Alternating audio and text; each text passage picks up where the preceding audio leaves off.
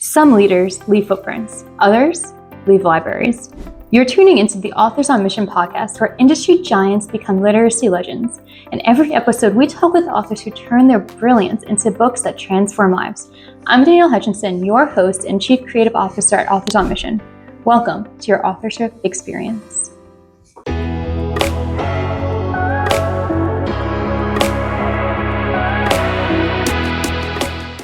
Hello, and welcome to another episode of Authors on Mission podcast. So, picture this. You're standing in front of a mountain of goals, dreams, and ambitions. Most people look at that mountain and think they need to climb it all at once. But what if I told you that the secret isn't a giant leap, it's in one tiny step? Well, on today's episode of Authors on Mission, we are going to be chatting with Dr. Christiane Schroeter, a professor who's taught over 10,000 students, a top 1% podcaster, an amazing Amazon bestseller, and the mastermind behind something called the Petite Practice. She's built an empire through what she calls simple steps and big wins. So we're going to be discussing all about her philosophy here, all about her writing strategies and tips, and get a sneak peek into what it's like to be a speaker. And I'm looking forward to going all in. So here we are. Welcome, Christiane, to the show. Thanks so much for having me, Danielle. I'm really glad to be here. And of course, as always, this is going to be packed with some really great tips. So listeners, you're in for some fun stuff. Oh, I love it. I love the excitement there. We're ready to dive right in and do it all. So, speaking of doing it all, Christiane, you've really done a ton in your life, going from university professor to business coach to podcast host to author and speaker. So, I guess my question is, how do you develop the systems to manage all of these roles without being completely burnt out? Well, that is really directly coming to that beautiful introduction that you already mentioned, my Petite Practice method. Looking back, I always had this system of breaking down a big goal, whether that was earning a PhD or writing a book, or even landing my first job, into these bite-sized actions. And that meant that big goal all of a sudden wasn't quite so scary anymore, because every day I worked a little bit at it, and it created momentum because you look back and you celebrate those small wins that you accomplished. You're like, oh my gosh, I already came quite a ways. And I don't even feel like I spent so much time or energy on this, just because I do this in small little bites. But those bites create momentum and they create energy, and it's overall really something that will let you finish your book, become a keynote speaker, start your podcast, whatever it is. If I can do it, you can do it too. That's amazing. And I guess that's what the small steps really means, is take one step at a time, see where it leads you. Don't take a giant leap, because I assume that's how people, encounter failure and roadblocks or discouragement. Would you agree that that's pretty much the reasons why? Or perhaps you have more to add? Oh, for sure. And I mean, if you hear from my accent, right? So for me, writing a dissertation at a top US university, I earned my PhD at Purdue. Writing a dissertation in a foreign language was definitely not easy. I mean, writing a dissertation or a book in general is very intimidating. But for me, to really show you the Petite Practice in action, what I did was I went to the library. Yes, we have places where there's all these amazing books, etc. And I sat down and I really looked through them, and I thought, this is doable. They're maybe about 200 pages long. So let's figure out, in how many days do I graduate? What's a good date for me to graduate? And how many pages do I need to write to get to that first milestone in my PhD career? With my dissertation would be what's called a defense. So first you do a proposal, propose a topic, then you do defense, where everybody gives you feedback about it. And then after that, it's revisions. So talking through it, it reminds you, maybe just like with your book writing journey, right? Where you work with a publisher and they revise and then you publish, etc. So every day I set myself a goal and I wrote 5 pages. And that meant I saw on the screen when I was like at 3 pages, I was like, oh, I'm more than halfway done with my 5 pages. It was like a little win. And it wasn't just like I was sitting there looking at my cursor and like the white screen, but I really felt like if I get these 5 pages done, I can step away from this today. So it's not this never-ending time that I'm spending. It's 5 pages and then I can go. And quite honestly, because I approached the dissertation this way, I really felt that I actually started to look forward to it because it became a habit. Out of this daily ritual, the 5 pages became nearly like this celebratory moment. Like, oh my gosh, within 3 days, I had 15 pages. And within 10 days, I had 50 pages. I mean, think about how quickly this actually built up. And also, of course, not every day when I wrote, I felt like this was the most amazing thing ever. But because I knew after the 5 pages I had to go away, there was no this progress always beats perfection. There was not the striving for perfection, which really does not actually write a book. It was just like 5 pages, done. And that's really the petite practice in a nutshell. You just have to look at it as small steps, but it always is the progress that leads to getting to your goals. Understood, right? As long as you're progressing in one direction, it's better than standing still. So you're taking those little steps until you make momentous changes, which is, I guess, like you mentioned, how you wrote your book. So that being said, I'm thinking to myself, okay, just 5 pages every day or whenever you're able to, how do you make sure that you do stick to that? In my opinion, I think, it's very doable. You schedule your time around it, but realistically, obstacles do sometimes come up. So, what was your method for making sure you stayed on track with everything? First things first, you are in control of your own actions, right? So you need to have some action that you take yourself and maybe reduce friction of getting things done.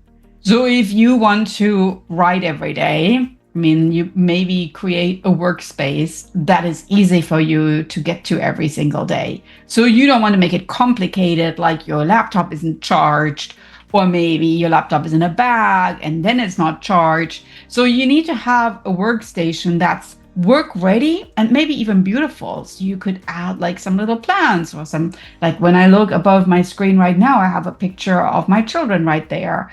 And I have little things in the background that spark joy. So it needs to be fun for you to actually write these 5 pages, especially on the days where you may be like, oh, I can't believe I'm doing this. And what did I get myself into?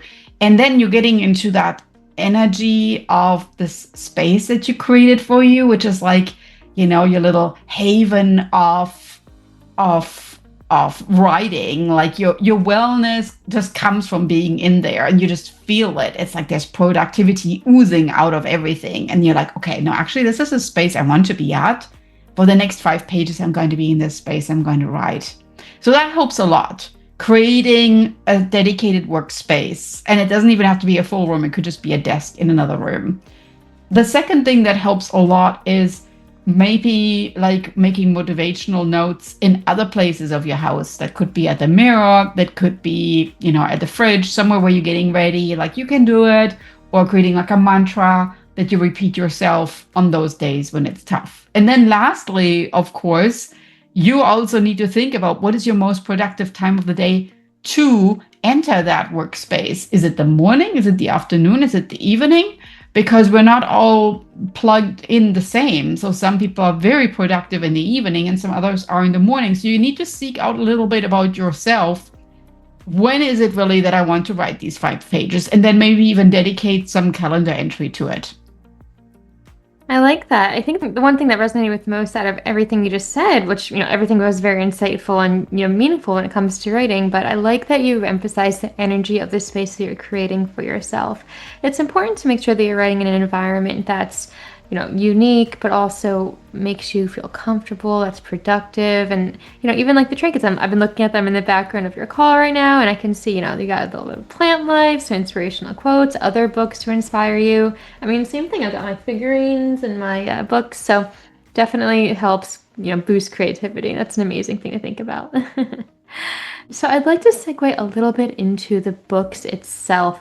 I know that you did publish How to Master Your Goals as a, kind of a debut book. Is that correct? It became #1 bestseller on Amazon last year in September, correct?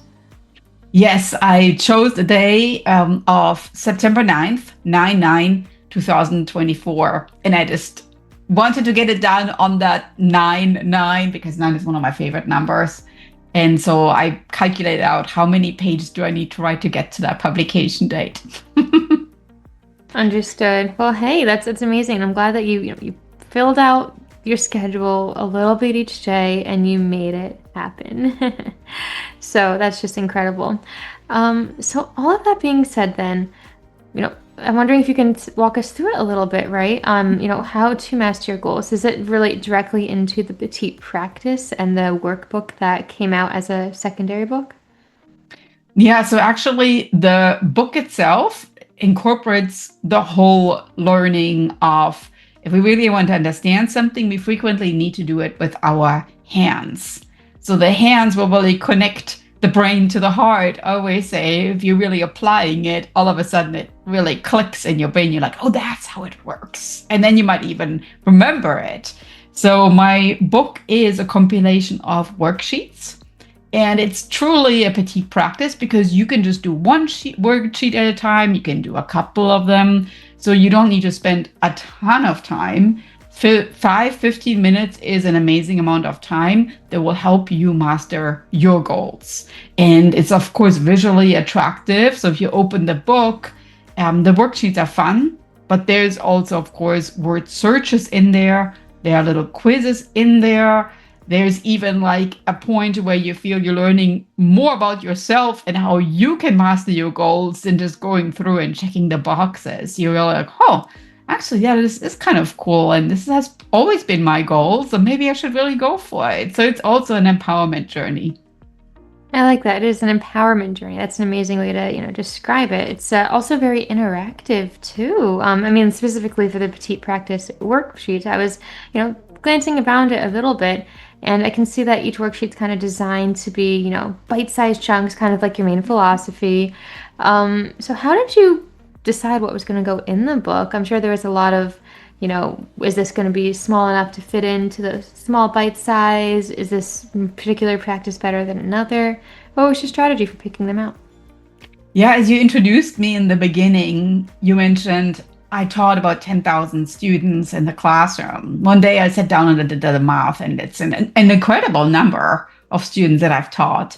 So the way that I look at this is a good teacher always needs to kind of tune in with what is it that the students really want.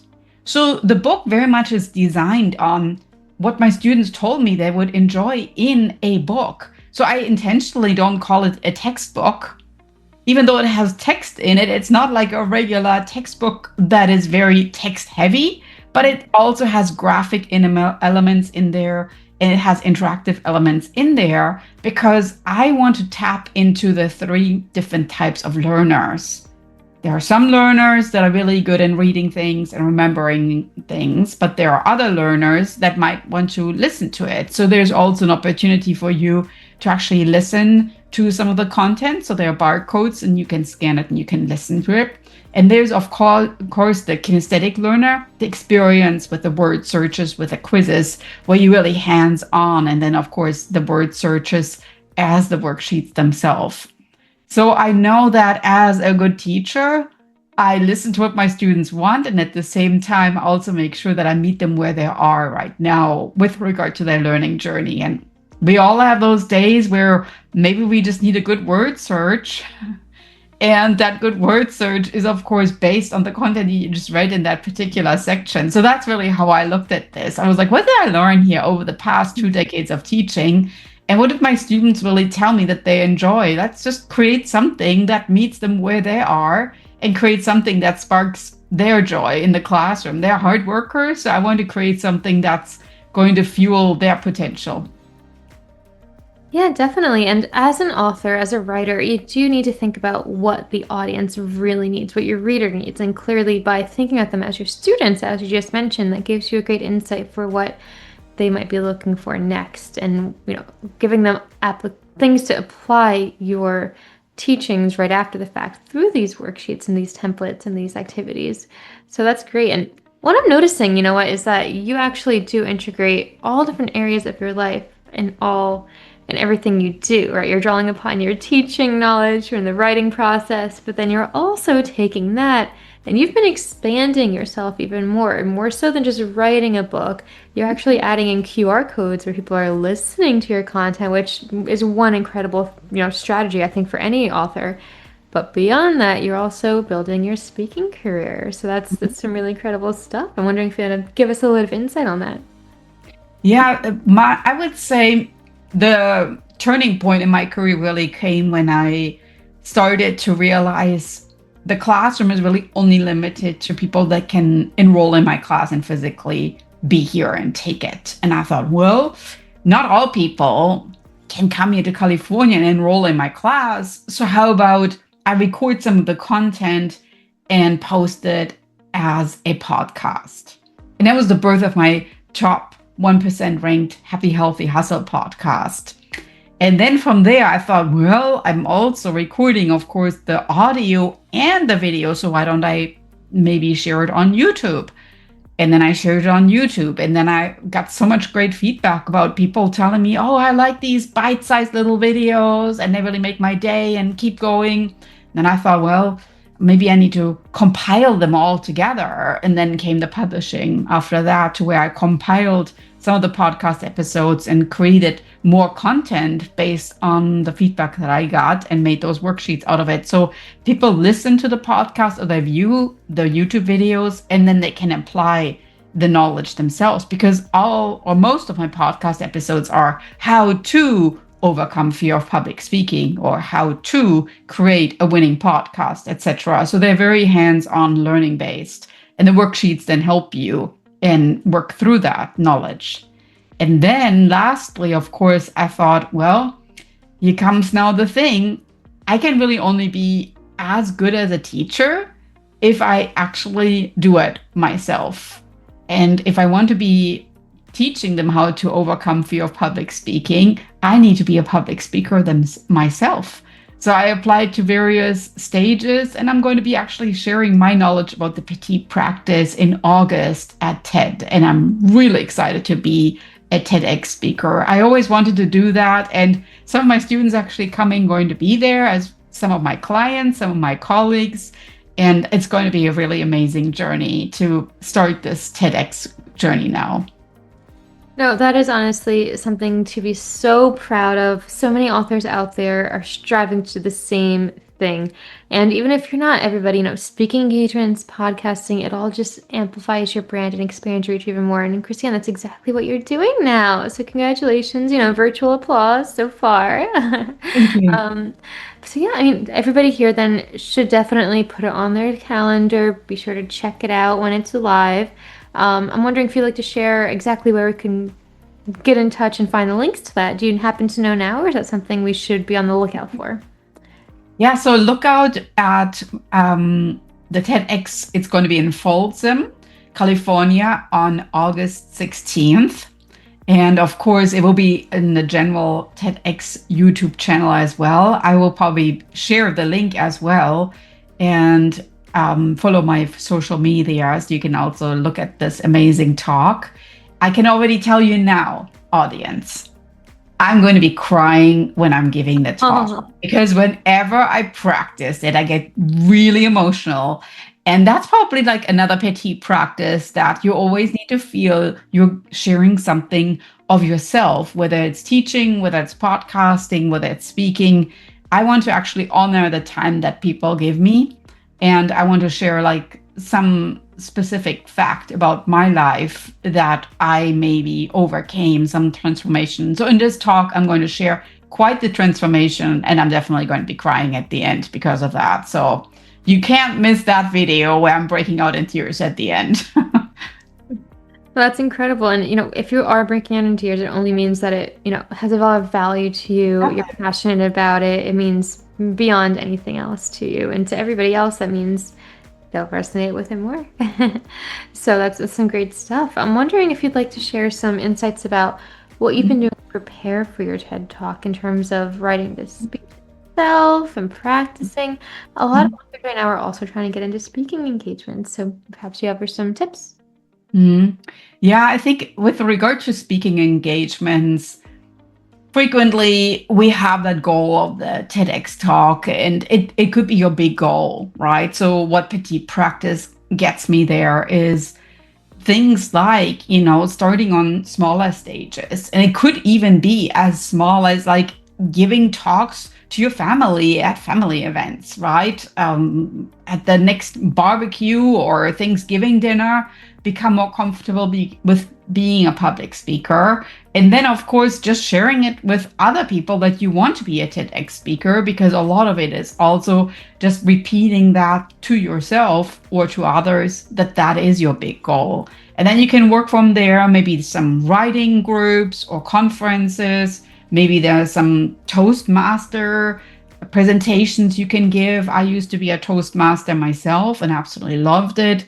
So it's really just building blocks, the petite practices that will eventually get you there. And you also, of course, whenever you have one of those building blocks done, celebrate the small wins. Like, for instance, you gave a talk at the Toastmasters, celebrate that win, because it might take you weeks, months, years to get there. But only if you celebrate it, you will really know that you actually accomplished a little check off and you're moving in the right direction. That's so incredible. I like that. And it's important to have that visual aspect of it, right? The checking off everything and keeping it organized. It's very much your mantra, I'm learning, keeping it, small steps organized. Because I guess if you're not, then even if you're making small steps, it's hard to stay on it, would you say? That's why we kind of have that in place. Exactly correct. Yeah. And in my book, actually, the worksheets, I am still at heart, I'm a research professor, of course. So I was debating how many worksheets do I put in there? What's really the magic number that will create a habit for you? I pulled from neuroscience, of course, and it takes about 6 weeks to really establish a habit. So if right now you're like, oh, I will never be a great speaker, or I don't know how this is all going to happen, give yourself 6 weeks, give yourself 10 weeks, give yourself maybe a year, right? That's what Mel Robbins says, give it a year, and just be patient. Just keep chipping away at it and look at life as being something that's put together of these small little nuggets, and each of them being like a little step in the right direction. So working through those worksheets right there will already teach you a lot about yourself, but at the same time, it's also something, just the act of writing it down, of connecting the hand to the paper, to your brain, to the heart, to where you're really feeling you're internalizing it and you're becoming more confident in yourself. Because confidence is always the number one friction, I would say, in becoming a great speaker, that you might just need like a little confidence booster. So that book might also help you and get some of that confidence building. I like that. And confidence is something you really do need as an author. So that's wonderful that it does build that up and keeps it all on track. Do you happen to have a copy of one of these books with you today that we won't get to take a sneak peek at? Yeah, of course. So they are on the shelf behind me if you're watching right now. So like How to Master Your Goals is here. Do you want me to get it right now? I saw it back there. I was wondering if you wanted to bring it up and show it off to everybody, give us a little bit of a... Yeah, this is like truly a petite practice. I'm going to give you a sneak peek. Okay. So my book is right here. And just like sharing with you, the little Eiffel Tower here, of course, is very intentional. Because if you have been to Paris, when you climb the Eiffel Tower and you take the steps, every step along the way, there's like a new breathtaking view. You're like, oh, wow, look here. Let me take another picture. Oh, Paris, I'm getting higher and higher and it's more beautiful and more beautiful. It's just like that. You're climbing up the steps and there are tons of steps to get up the Eiffel Tower. I don't know, we can Google. But that's kind of like sometimes how it feels when you take a petite practice. There are so many and you're tempted to just take the elevator, but I encourage you, try the steps, even if it's just to the first platform, because it is just beautiful and you learn so much about yourself. So let's maybe open one of those pages up. So here's, for instance, a definition that shares that, yes, we need to connect with others. I call it Cafe Connect. Grab a coffee with a good friend and see how that friend is doing. Check in with them. get a pulse about their goals, and then share your own goals. I want to be a speaker. So that Coffee Connect is a little definition. And you see the worksheet right there. And let me open up another one. And here we got that little word search that I talked about, right? There is a word search at the end of each section right there. And my students love the word search, just to be honest with you. Sometimes I think they like them more than everything that I taught on that day because they sit there and like the word searches. And then there, of course, there's some branding sheets here. So that was a little sneak peek right into my book.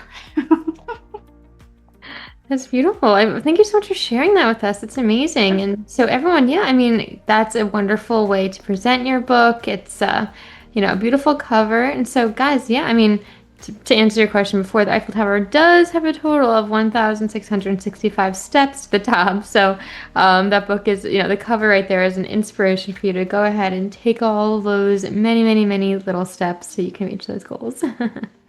Wow, that is a lot. Yeah. It is. Yeah, but you know what? If you're doing it in small batches, it's not going to feel like it's that much. So I see where you're going with that. So yeah, after all of this, we've had some amazing insights here about writing, about speaking, about taking those small steps. I'm wondering if there's anything else you'd like to offer our audience in terms of some writing guidance. Any, tips and tricks that you found useful along your path with it, aside from the obvious, what we've been discussing already. Anything else? Any other homework pieces? Well, I do have a Discover Your Superpower quiz that Hey, I would encourage you to take. It's free and it's living on my website. And I think that, especially as authors, we have such unique potential to really transform somebody's life when they're reading our books, that if you can bring out your true superpower with your writing, that's just like magic. Because I think that we all have unique voices, we have unique ways of describing it, unique ways of really thinking, this is what I want to share with the world. So it's the content, it's the style, but it's also the voice that I would really encourage you. Don't just think about writing this book, but I also feel a little bit like, what is it that my book does differently than everything else that's out there? What is it really that I'm adding to this particular person that reads it? I mean, you could call them ideal client, right? But kind of like envision a person reading your book, and what do you want them to feel? What do you want them to take away from it? Because if you have that in mind, it's a little bit different. It's nearly like when you give a speech, and don't just think about stepping out on a stage, but rather think, how can I change somebody's life that gave me the gift of their time in listening to this speech? How can I really honor the time, the presence with some amazing value in my speech? And that's the same thing for the book or a podcast. You always want to feel somebody really got something out of this. And I think that will change a little bit the direction of your writing. And you might already be on this path, but if you bring your superpower into it, that's just like gold right there. Well, that was perfect. The superpower aspect definitely puts it into perspective, gives us a good visual of everything. And so, yeah, just a beautiful thing. So, everyone, if you feel inspired today, go ahead and try to implement that, right? Not only can you be your own find your superpower, but you can also check out all of Christiane's work, how to master your goals, the Petite Practices, and everything else. And would it be the same links that you mentioned before then, Christine, for us to get in touch and to check more out? Yeah, check out my website. It's drchristiane.com. So it's DOCTOR, and my first name CHRISTIANE.com. And of course, if you want to follow me on social media, you can actually see me preparing for that TEDx talk, which includes getting that red rug right there that I'm going to stand on, the shoes, the outfit, the whole thing. I will share everything on social media and on my podcast, Happy Healthy Hustle. So tune in and follow along. And then, of course, check out that talk once it's out there on YouTube. That's perfect. Well, thank you so much for that. We're going to put the links to all of that on the description box of this podcast today. So everyone, if you're interested, click on over, learn a little bit more, because if you're as inspired as I am today after today's episode, well, you don't want that inspiration to stop or that knowledge to stop flowing. Get in touch and get involved. Dr. Christine, this has been absolutely incredible. I really appreciate you coming on today. I kind of have one last question for you then. Before we do wrap up, if someone listening right now is feeling overwhelmed by their goals and their dreams, what is the smallest step they can take today to start their own petite practice? So kind of just going from the writing aspect to one last little tip for that. Yeah, I mean, of course, I would be happy to work with you if you are feeling like you don't even know where to start. I'm a coach, so I always think sometimes it just takes another loving ear, because I think you need to listen first and then actually speak. Another loving ear to maybe hear what you're amazing at. We tend to be so hard on ourselves. And I think that sometimes you already have something amazing there, but just questioning it and feeling that it lacks the confidence to push the submit button. So you might just need like somebody else to tell you, you can do it. So I would love to be helping you with that. So just contact me. And I adore working with people and empowered my clients, whether they started their own podcast, writing their own books, or starting their speaking careers, because I'm doing these things myself. And so I'm sharing my best secrets, of course, in my coaching as I'm going through this journey. I love that. That's perfect. Well, thank you very much for sharing that. We love those additional insights, everything we can to just empower ourselves with as much knowledge as possible as we're beginning to dive into our own books and learn from you. So thank you so much for that. And again, everybody, please go ahead and check out Christiane's work, especially her upcoming TED Talk and speaking engagements. We got to support each other. And I think that by going to this and learning more about it, you're only benefiting yourself. So again, the links are going to be in the chat box today.